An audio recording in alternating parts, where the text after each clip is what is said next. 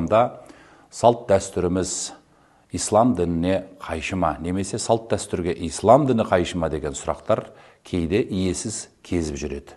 Осы сауалдардың төңірегінде бүгін шамалы әңгіме өздеріңізге ұсынбақшымыз.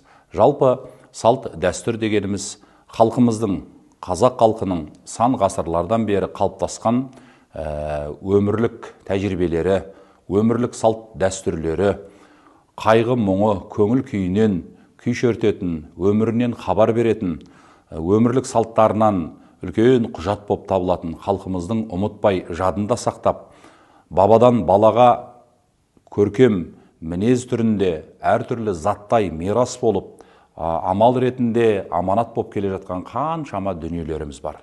Және де біздің ата-бабаларымыздың кеше және бүгін мұсылман болмағанын есептейтін болсақ, біздің халқымыздың санасында ұсталып жүрген салт пен дәстүр деген ұғымдарымыз ислам дінінің бесігінде тәрбие көрген деп айтуымызға толық негіз бар.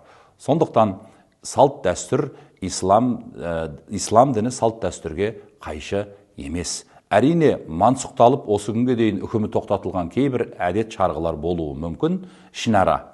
Бірақ жалпылама алған кезеңде халқымыздың өміршең осы күнге дейінгі бала тәрбиелеуден бастап азаматтық жасқа жету, жас отбасылар, балалы болған отбасылар, келін келтіріп, қыз ұзату, отбасын құру, қыз жасауын жасау, іргеден үй шығару, үй ішінен үй тігу, ұрпақ өсіру, шежіре тарқату, бұның баршасы да біздің дәстүріміз деп айтамыз. Ал енді халқымыздың бұл жасап жүрген дүниелерінің біз кішкене сәл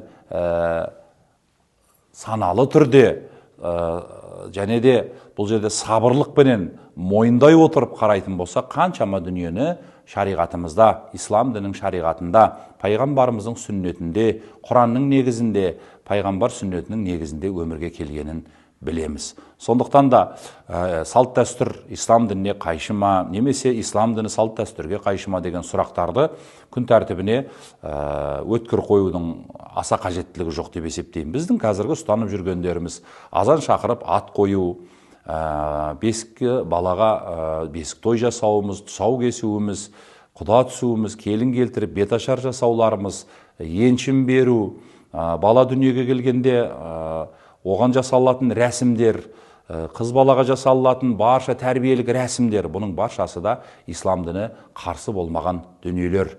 Мақсаты ұрпақ тәрбиелеу. Мақсаты заманына сай, қоғамына сай, өзінің жаңағы сол ұрпақ өмір сүретін қоғамдағы қиындықтарға төтеп бере алатын қабілетті ұрпақ қалдыру. Дәстүрдің де мақсаты, салтымыздың да мақсаты, әрбірден соң біздің Аллаға шүкір иләһи дініміз исламның да мақсаты әуелі жаратушыға күнәһар болмау, пайғамбар саллаллаху алейхи уассаламның сүннетінде қиянат жасамау аманатқа, және ата-бабамыздың дәстүріне де ұмытшақтық жасап, құрметсіздік танытпау. Үшеуінде біз қатар қастер тұтатын ұлттың өкіліміз, Аллаға тәубә. Сондықтан бүгінгі жас ұрпақ өскелең жастарымыз, қыздарымыз болсын, ұлдарымыз болсын, бұл нәрсеге өте мұқият мән берсе, өзінің тек қана қадірін және абыройын көтерген болады. Сол себептен құрметті жас достар, әсіресе сіздерге айтарымыз, қасиетті дініміз исламның бүге-шүгесіне дейін оқып біліп жатсаңыз абзал болады десек те, сол қасиетті діннің қасиетін апаратын бір жақсы тағылымды дүние бар, ол біздің салтымыз бенен дәстүріміз. Бабаның қадірін, ананың өсиетін біз баршасын осы салт дәстүрден білеміз. Халқымыз қастер тұтқан дүниелердің баршасын сіз бенен біз де қадірлеуіміз керек. Біздің бабаларымыз ұстанған ұстаным, біздің бабаларымыз жүріп өткен жол, біздің ата-аналарымыз құрметтеген әдет шарғылардың баршасын біз құрмет жасауымыз керекпіз. Өйткені ол біздің бабаларымыздың жүріп өткен қасиетті де қастерлі жолы демекшіміз. Дініміз берік болсын, дәстүр салтымыз жаңғырып, халқымыздың өмірінде безбенделіп тұрсын демекшіміз. Ассаламу алейкум ва рахматуллахи ва баракатух.